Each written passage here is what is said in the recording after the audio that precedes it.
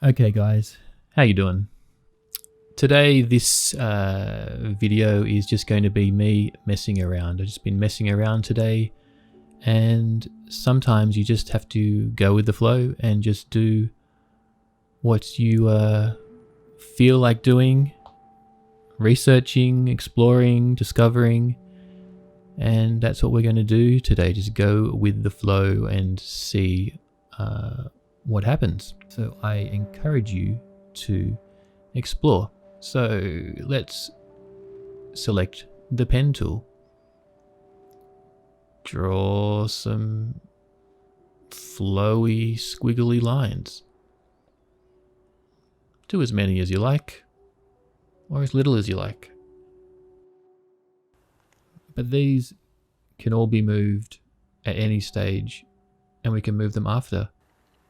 My idea is to add some geometry to this squiggle, and I often go to landscape because it provides us with lots of geometry for free. So let me move this down to maybe 200 centimeters, and similar with this, maybe make it 100, just so we've got something manageable. And we're going to push this along the spline in a minute, but let's change the segments down to 30 and 30, and let's make it go into the plus Z axis. And I don't want borders at sea level, so I've just got this squiggly pattern. Now I'm going to grab this spline wrap, place it underneath the landscape, and I tell this spline wrap to use that spline, and then bam, it's wrapping around. But we can also change the axis that it wraps around on, so maybe that is more of a look we're going for. So for instance, I've got some overlapping geometry. I'm just going to, move this, and I'm just looking for interesting shapes in the end. And then I'm going to go back to my landscape. I'm going to up the rough and fine furrows to 100% and see what we have there. And I might look at the spline again. I'm just holding down Option and left click, and I'm just zooming around from every direction, thinking maybe, I pushed that in that direction. Maybe, I pull that out a bit more. Just got some sort of a shape that we're dealing with. So I'm going to just go with that for now. I might change it later, who knows. And so the next thing I'll do is, with my spline wrap, I can also come down into the size, and if you see, it's adjusting the size. So I'm just going to put it about midway, hold down, I think it's maybe Control and click along this spline here. So that gives me some options. I can mess around with how thick and thin the spline is along. So maybe I want it thicker there, add another one there, maybe really thin. This is what I mean, that yours is going to look completely different to mine. And then so maybe that's my look that I've messed around with there. So that's my geometry. Let's get some cameras and other things happening. Open up Octane. I'm going to drag this over to this side. Let's make it 1080 by 1920. I'm just going to imagine that I'm going to try and make this, so Octane Render, This might be a background for my phone, a lock screen. Let's say we're just doing some sort of billowy patterns that's going to be in a lock screen.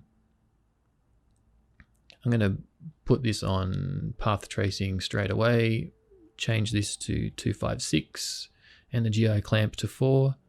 So the samples are 256, just so it's workable and manageable. I'm going to save this before anything else happens. You can see I've got different previous files I'll just be messing with, because each time you do this, you'll get a different result. And you might be happy with it, you might not be. That is exploration, experimenting. So now let's get a camera. Objects, Octane camera. Bam. I'm going to turn that camera on so it follows me wherever I go. What do I want next? Let's get a texture on this guy. Material. Let's make it glossy. I'm going to drag it onto the landscape. Also on my landscape, the edges are quite jagged. I'm going to hold down Option, press this subdivision, and you see they've all smoothed out. But so I can work with it a lot more easily, I'll turn it off for now. Just know that it's there for later. So let's double click my material, node editor, open up this window a bit wider. I want some gradients, some color gradients. I'm going to go down to the Cinema 4D gradient, drag that in. I'm going to just connect it so we can see if it's working and we get something there. But I'm going to make it a little bit more interesting and a varied gradient that I can play around with. So let's get a mix happening. Where is my mix? Somewhere along here. Mix. So this will allow me to mix some textures together, but I'm going to mix a gradient. So let's put that one into there. Disconnect that one for now. Gradient, I'm going to make it in the V. Sorry, let's connect it just so you can see what's happening. So now it's running from this side to the end rather than from top to bottom. I'm going to copy and paste. I'm going to throw that into the top texture. They're the same for now, so it's just doubling up on that, but just so I can see what's happening, I'm going to change this to green. And let's say yellow. I'm not going to keep these colors in the end. I'm just wanting to see what is happening. And let's say pink. And orange. And now that's sort of multiplying on top of each other.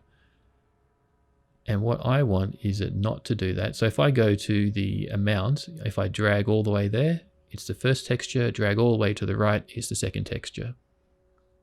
So I'm going to change this amount based on another gradient. So let me just pull in a new gradient. The amount is going to be that. I'm going to drop. Actually, if I hold down Control, I can drag out that one. And let's put the white in the middle.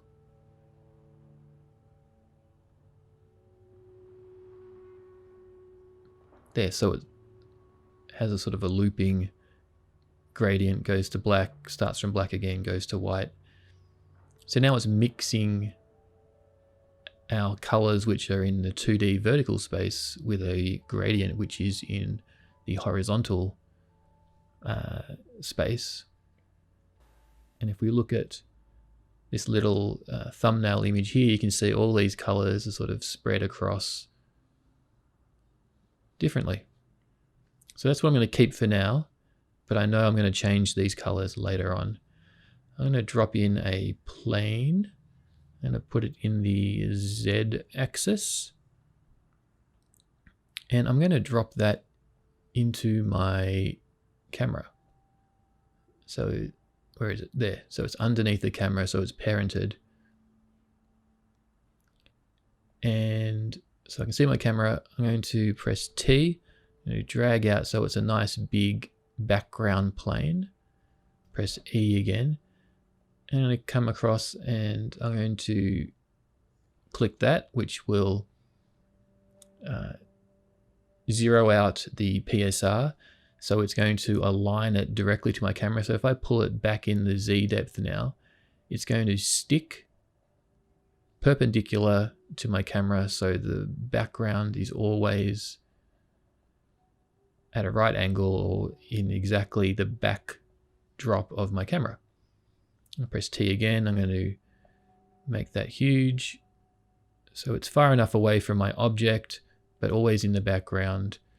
Sweet. And I'm going to drop in that same texture onto the background. So now we've got lots of color happening. I'm going to position the camera just to so we get the feeling of we're going to have these abstract types of shapes happening. I'm going to put on my subdivision so we can see we've got these curvy, loopy shapes happening. And my idea is that I'm going to go around at some stage and find a shot. I don't know what it is right now, but you know, I might end up doing several different shots. I can see I don't have any lighting yet. I'm going to add that in a minute. But I got these reflections which I already don't like, so I'm going to double click, come to the roughness and put it to something like 0.2. So it just evens out. I want a nice even gradient happening. This is really just a visual, intuitive, you know, how you feeling at the time, and you'll find your shot later on. So I'm not telling you exactly what to press, and I'm happy for you to find it yourself and then change the seed. So let's get some lights in here. Objects, do HDRI first.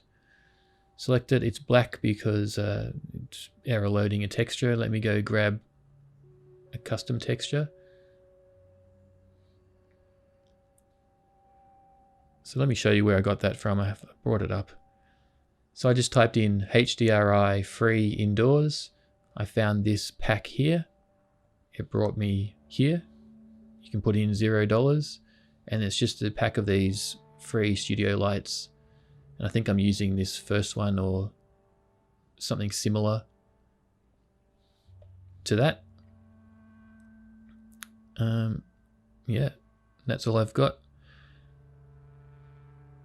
So if I turn that power down, you'll see it takes it off totally. So let's keep it at 1 for now. I might pump it up later. And I'll just drop in one more light. Let's make it a targeted light. Let me select the landscape. Light, targeted area light. Select that. So now, no matter where I pull this out to, its target, if I select this little target tag here, it says target object landscape. So I have my light, no matter where I pull it to, it's going to target and be pointed towards our object. So let me select that light. Let me go to the tag, the Octane tag. I'm going to select this here to put in a dark texture. It makes it a bit more natural. I'm going to change this to 5800 Kelvin, just change the temperature of the light.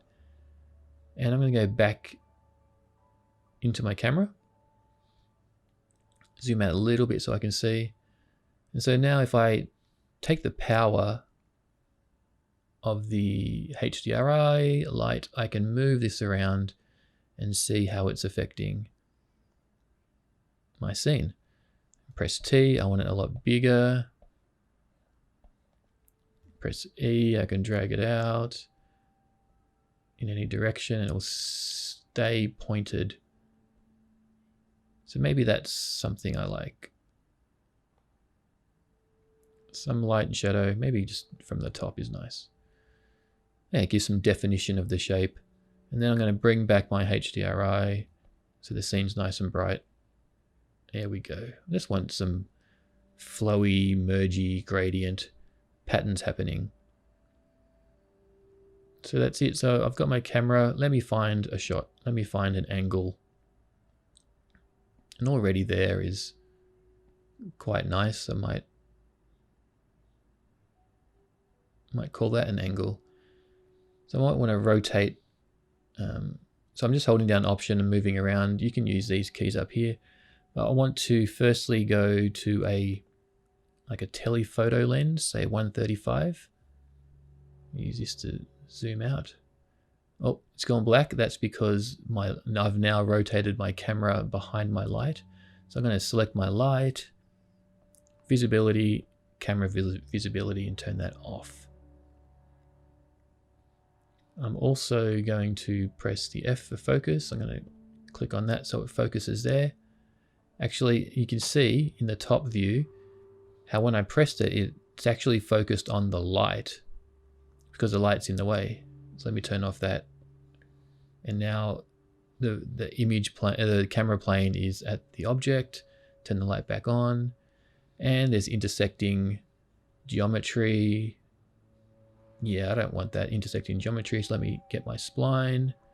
I expect you to play around the same as I'm just messing around, because if you don't like it, just keep going until you do. I want everything with a really shallow depth of field. And now that I've got my I'm happy with this lighting, I'm going to drop that light into the camera as well, so that sticks to it. And I'm going to get a shallow depth of field. So select the camera, Octane tag, depth of field. I'm going to put this at, say, 20. So it really blurs out. My focus is still selected. I'm going to choose that area to be in focus. I don't know if I don't like the shape. I don't like the shape. So change it. There's no right and wrong. Double click. Okay. Open my node editor. I'm going to change these colors now. So let me have a look. I had it up before. Gradient blur images that are awesome. Or just type in anything just to get inspiration for colors. So these colors right here. So let's get into that. Oh, see, already that's looking sweet. Now select my plane.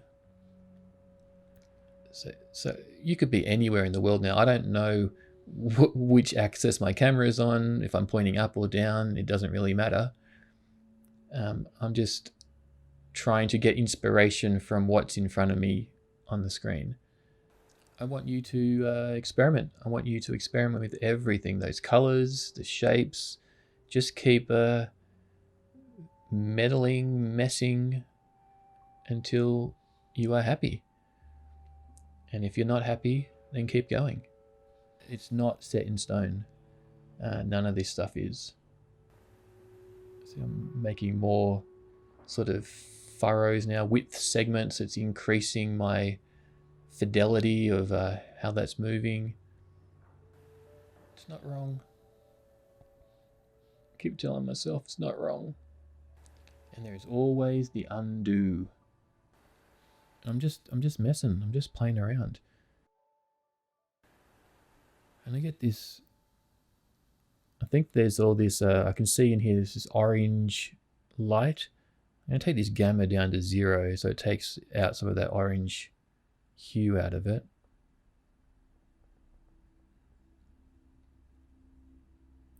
Keep a little bit of it. Maybe let's make it 0.25. And that is the process for today's artwork.